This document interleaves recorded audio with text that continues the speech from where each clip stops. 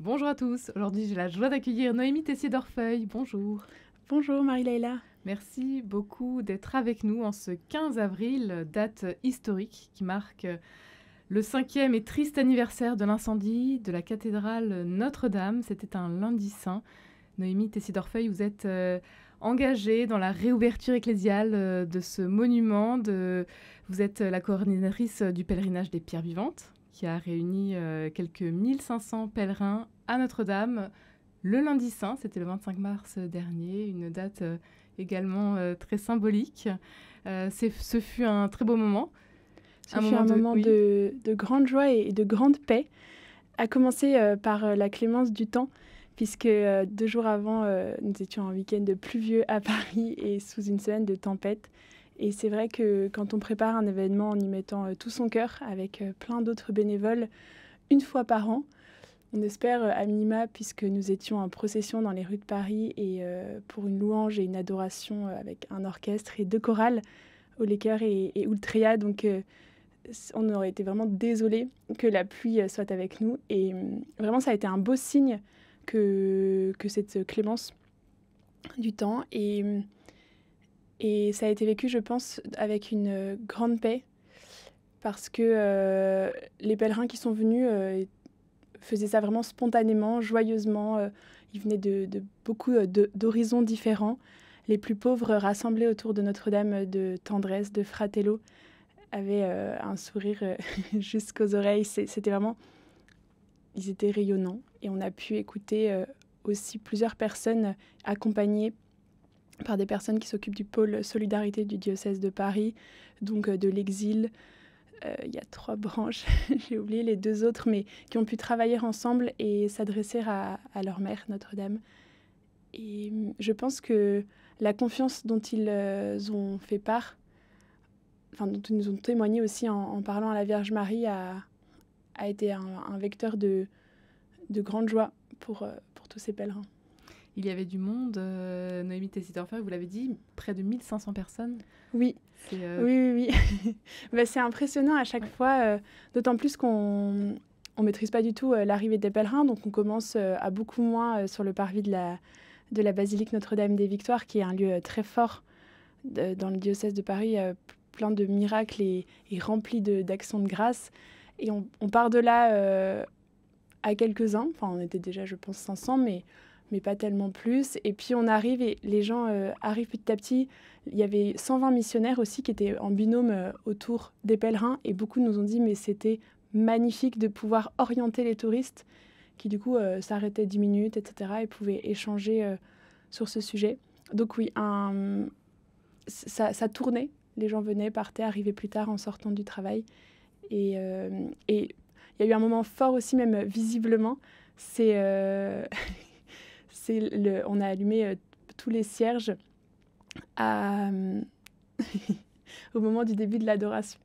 Donc là, le parvis s'est illuminé. Et comme il faisait nuit déjà depuis 3/4 d'heure, cette lumière venait dire quelque chose de ce que nous avions dans le cœur aussi. Un beau moment de communion. Oui, tout à en fait. souvenir donc de ce 15 avril 2019, un lundi saint également, où la cathédrale avait pris feu. Un moment qui reste bien marqué dans tous nos esprits. Vous aviez eu cette intuition, un an après, d'organiser justement ce pèlerinage des pierres vivantes. Rappelez-nous quelle est la genèse de votre proposition. Alors, la genèse est arrivée un an après, effectivement, par des personnes qui commençaient à préparer le M de Marie, qui est un pèlerinage marial qui allait avoir lieu l'été 2020 dans toute la France. Et en fait, le 15 avril, justement, on a fait une minute de silence. Donc, c'était une minute tout petit, proposée grâce aux réseaux sociaux. Je me souviens très bien, moi j'étais avec 2 amis en Normandie et on a pris notre minute de silence très très au sérieux, mais c'était qu'une minute de silence. Et c'est en 2021 que les choses ont vraiment pris corps pour que ce soit dans le réel aussi, qu'on se rassemble et autour de l'édifice. Mais en 2020, c'était impossible puisque nous étions tous confinés. Ça avait commencé donc plutôt de manière éloignés, en ligne, chacun chez soi. Et puis, il y a eu cette initiative de marcher vers Notre-Dame. Exactement. En fait, l'idée, en 2020, c'était de s'adresser à Saint Joseph, saint patron des charpentiers, pour lui confier en particulier la reconstruction de Notre-Dame de Paris, mais sans penser à plus. Il y avait vraiment l'idée que le M de Marie allait passer à Paris, et que comme la cathédrale était à moitié effondrée, c'était beau qu'il y ait quelque chose qui se fasse un an après l'incendie, d'un point de vue ecclésial. Mais c'est vraiment en 2021, oui, que le fondateur s'est dit, en fait, c'est bien de prier en ligne, mais maintenant, il faut passer aux choses bien ancrées dans le réel. Et alors, les pierres vivantes, elles sont nombreuses aujourd'hui, toutes ces personnes qui participent à la reconstruction physique et morale de ce monument, de cette cathédrale. Ah oui, elles sont de plus en plus nombreuses. Moi, ce qui me frappe énormément, et vraiment, Dieu sait que je n'aurais jamais pensé avoir ces types de retours, c'est qu'ils sont nombreux dans le diocèse de Paris. Et ça nous semble à peu près évident, parce qu'on se dit, bon, quand même, c'est chez eux, donc ils se sentent concernés, c'est quand même pas très compliqué. Et encore, mais bon, qu'ils se sentent concernés est plus ou moins attendu. Mais ce qu'on découvre, c'est qu'avec Notre-Dame, c'est bien au-delà que les personnes souhaitent s'y associer. Et donc, en France et dans les églises, dans d'autres pays aussi, là, j'ai eu un retour pas longtemps de Rome, d'un prêtre qui me disait, mais Notre-Dame, il y a quelque chose à vivre pour l'unité des baptisés en France. Et ça, oui, ça nous dépasse largement, nous les tout petits Parisiens. Et donc là, vous préparez un pèlerinage national, les 7 routes. Ça va se passer cet été. Exactement. Racontez-nous, Noémie Tessidorfeuille. Alors, les 7 routes, c'est un magnifique projet qui se prépare depuis 1 an déjà, pour unir les pèlerins des 4 coins de la France. Exactement. Ouais. Alors, l'objectif, c'est vraiment de proposer quelque chose qui unisse toute l'Église. Et Notre-Dame, c'est une magnifique excuse parce que c'est la porte ouverte vers le ciel. C'est la Vierge Marie. Elle est hors des litiges, en fait. Dans l'Église catholique, chacun s'y recouvre. Un prêtre aussi, le père Thibault, m'avait dit, en voyant la carte des 7 routes, on dirait le manteau de Marie qui recouvre toute la France. Et j'avais beaucoup aimé cette image. Et donc, il y a vraiment 2 fondements à ce pèlerinage. Le premier, c'est 2024. Pourquoi c'est cette année ? Parce qu'en fait, il y a la réouverture de Notre-Dame. Il y a des tas de gens qui s'intéressent au chantier, au savoir-faire retrouvé, au savoir-faire médiéval, aux nouveaux métiers qui vont ensuite perdurer, à la beauté des vitraux, etc. Mais tout ça autour d'une église. Et donc, comme c'est cette année qu'il y a la réouverture, c'est cette année qu'il y a un souffle qui nous dépasse immensément. On se saisit, nous, en tant que baptisés, de cette excuse pour déranger tout le monde, été 2024, en disant cet été en France, on va tous se retrouver. Les JMJ, c'était aller à destination de la jeunesse. Là, on ne se destine pas seulement. Ça s'adresse à tous. Ça s'adresse vraiment à tout le monde. Donc, vraiment, fondement numéro 1, 2024, année de la réouverture. En tant que chrétiens, saisissons-nous de ça pour témoigner de notre unité et de la communion dans l'Église devant Notre-Dame. Et le pilier numéro 2, qui est tout aussi important, c'est le fait de s'être glissé dans une forme millénaire qui est le pèlerinage, parce que par la simplicité de la marche, en fait, on avance au rythme de la rencontre, du dialogue, de la parole échangée avec quelqu'un qui nous donne de l'eau, quelqu'un qui est de passage.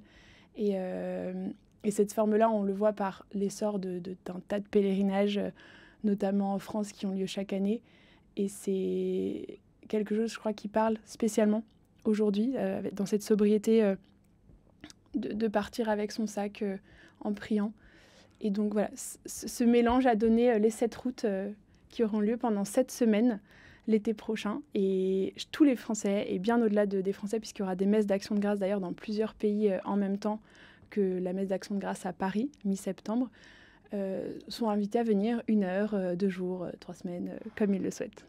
Autour de 7 grands saints également, vous pèlerinez donc vers Notre-Dame avec cette proposition de thème « Lève-toi et marche ». Oui. Comme vous l'évoquiez déjà.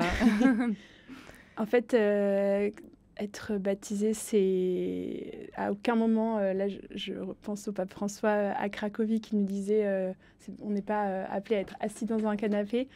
Demeurer dans l'amour du Christ, c'est un mouvement. Demeurer, c'est fatigant, ça veut dire y rester. Et donc se lever pour garder cet axe. Et donc on est invité, mais alors ça c'est pas propre à 2024, à se lever.